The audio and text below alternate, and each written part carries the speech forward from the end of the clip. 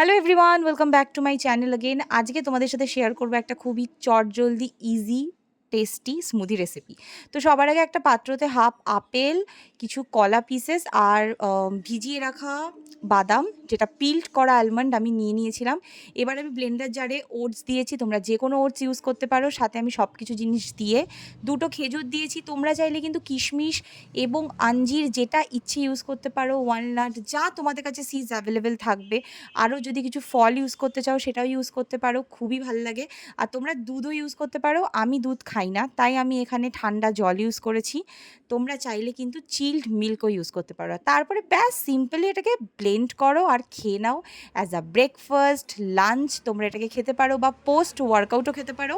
এটা কিন্তু খুবই হেলদি এবং খুবই tasty, and trust me guys, এটা কিন্তু প্রচণ্ড ইয়ামি এবং মিষ্টি। কেমন লাগলো অবশ্যই জানিও।